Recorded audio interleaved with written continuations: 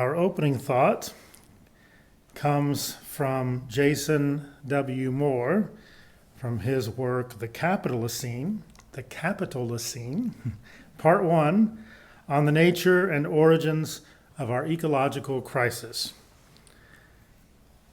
He writes, from this standpoint, we may ask, are we really living in the Anthropocene, the age of man, with its Eurocentric and techno-determinist vistas, or are we living in the Capitalocene, the age of capital, the historical era shaped by the endless accumulation of capital?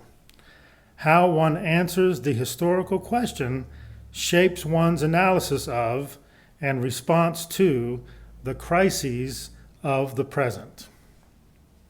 Our first reading comes from Jörg Rieger, Theology in the Capitalocene, Ecology, Identity, Class, and Solidarity. Rieger writes, nature and labor are among the 7 cheap things on which the history of the present-day world rests, along with cheap money, care, food, energy, and lives. And also the labor of slaves, both past and present, and the reproductive labor of women provide the most severe examples of these dynamics, as these forms of labor have often been more closely identified with nature than with productive labor, and therefore have gone mostly unpaid.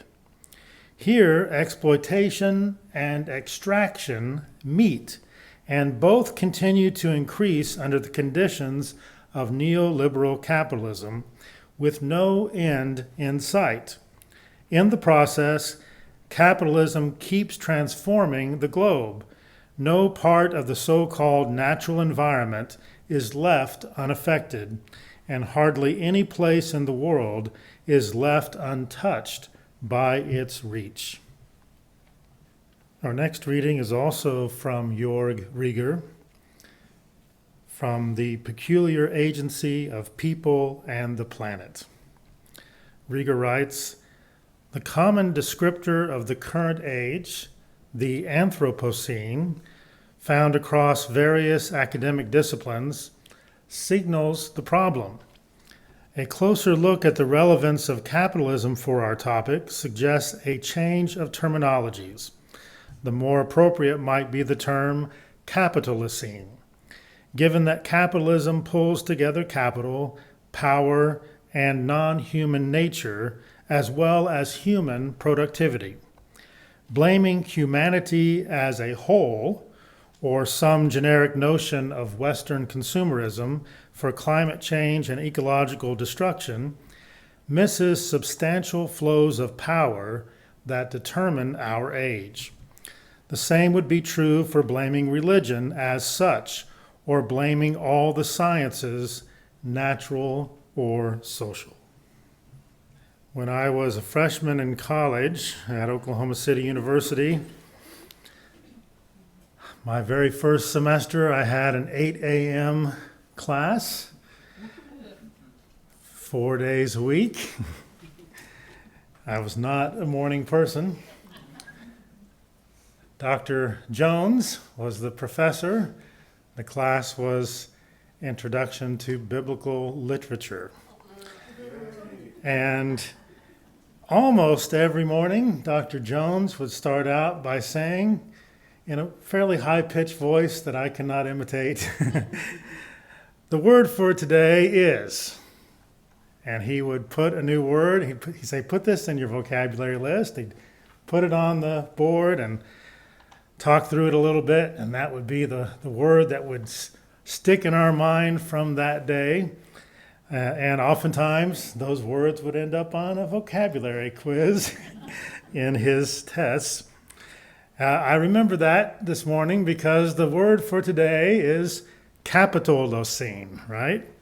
Not a word that most of us use in our everyday language. Not a word that's really been in existence for that long, but it's a word that is increasingly being used to describe or to indicate the current era or epoch that we are in.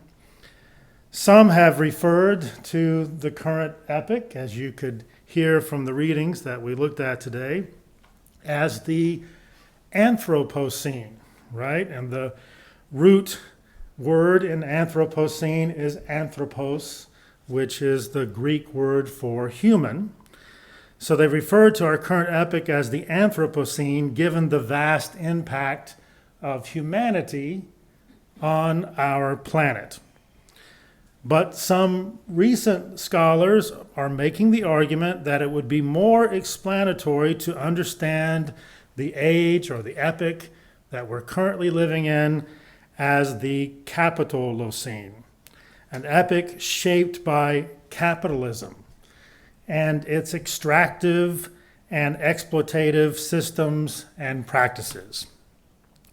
Their argument is that it is not necessarily some generic humanity as a whole that has contributed to the great problems that we're facing in the world today, but rather it is an economic system and the powers and the persons that most benefit from that economic system that is both extractive and exploitative. Climate change, something we've talked about a number of times before together, it could be argued is the capitalism-induced fever of the planet. And many persons who are talking about the Capitalocene see climate change as the capitalism-induced fever of the planet. They argue that one cannot judge an economic system to be a success that is destroying nature at a faster pace than it can regenerate itself. Capitalism, as an economic system, has treated the corpus of our ecological endowment as if it were interest. We all know what happens over time if you keep eating into the corpus of an endowment. It cannot generate as much interest as it did in the past. And eventually, you eat away at the corpus to the point where it can no longer sustain whatever the endowment was meant to sustain.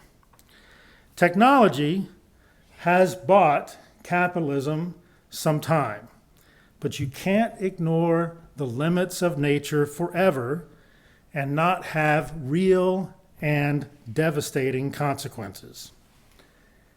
Economics must follow the laws of the house.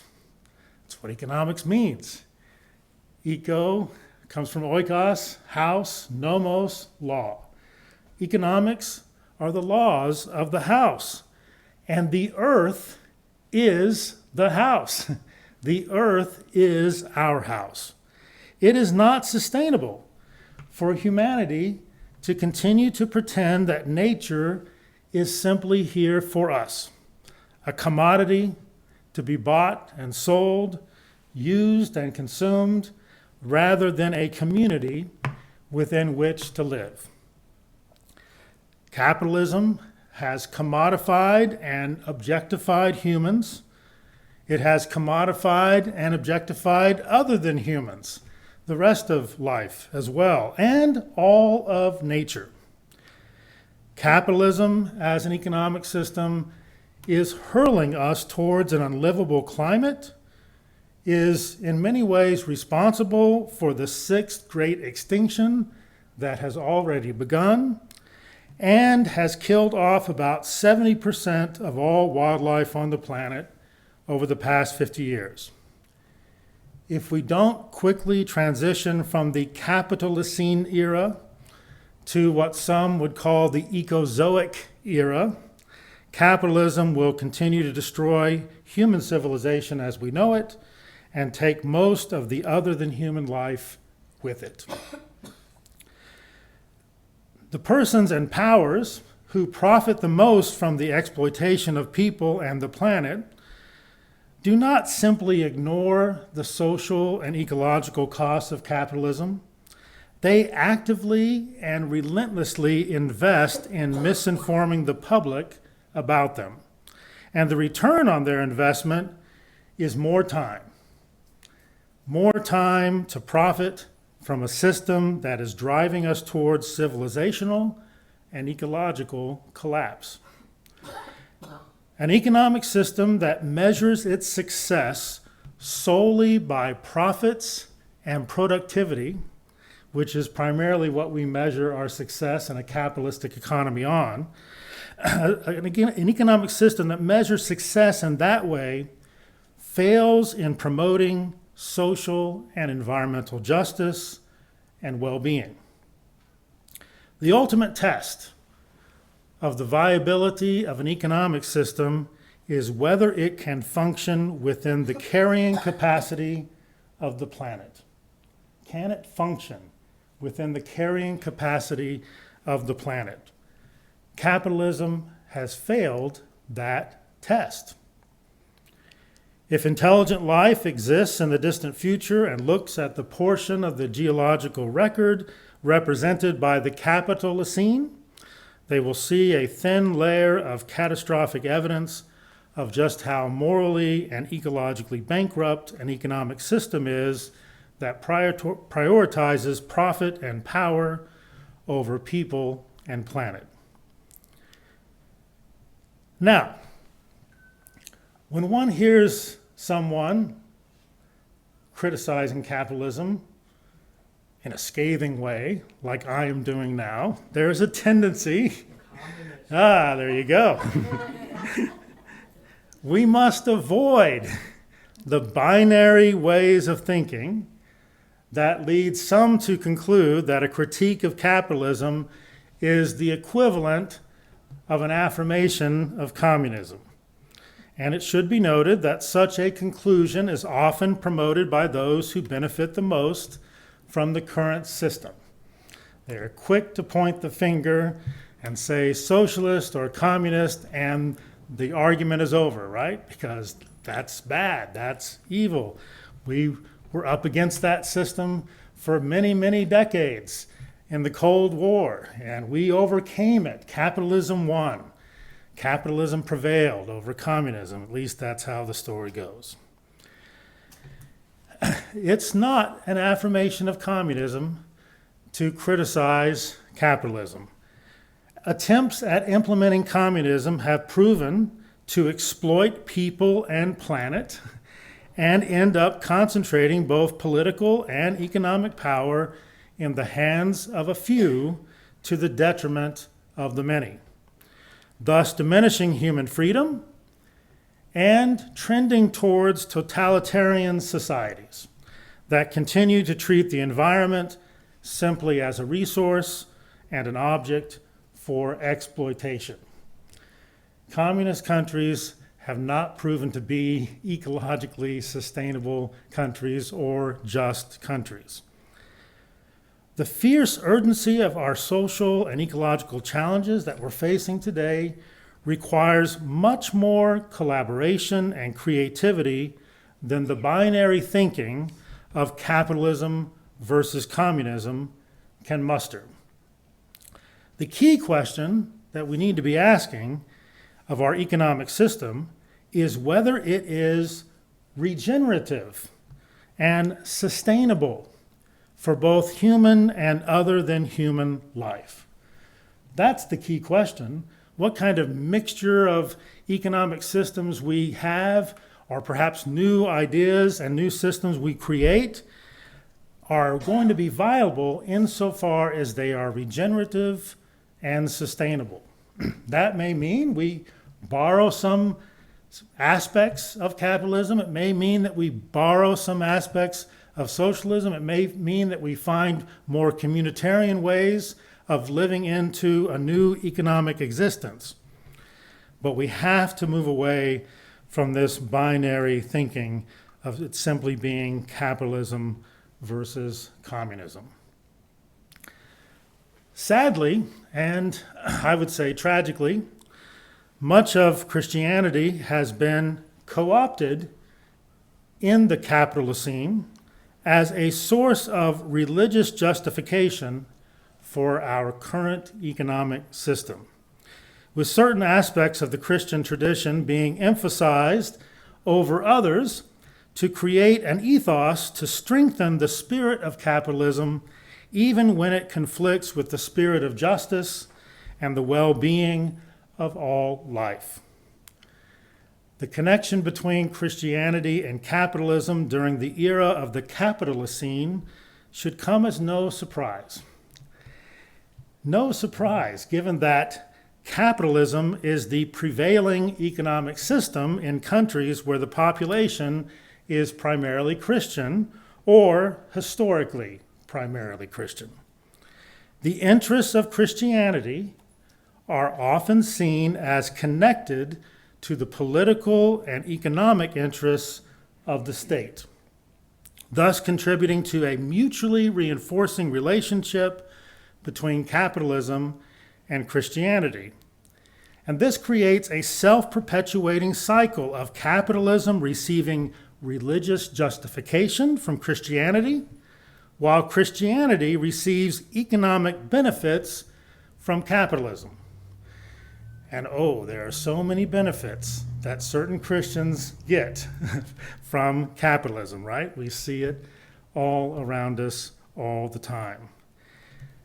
This dynamic, this mutually reinforcing relationship between Christianity and capitalism is behind much of the crass Christian nationalism we are witnessing in our society today. One of the most significant tasks for religious communities in our time is for us to disentangle ourselves from an economic system that has proven to be an existential threat to the survival of both human and other than human life on Earth. A system whose only solutions to our social and ecological challenges is more growth on a finite planet. If religious communities are ever to become a force for regeneration, a force for sustainability, we must cease providing religious justification for the economic system that is fueling the fever of our planet, eating into the ecological endowment upon which all life depends. May we find the courage, may we find the wisdom to look for creative and collaborative ways to move beyond the commodification of life and to live and love more fully into the reality that we are all part of the community of all life.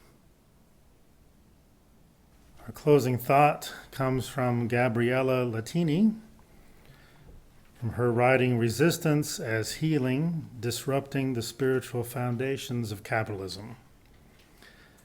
Latini writes, "Capitalism is a system of relationships based on exploitation, where a few can become wealthy at the exploited masses' expense.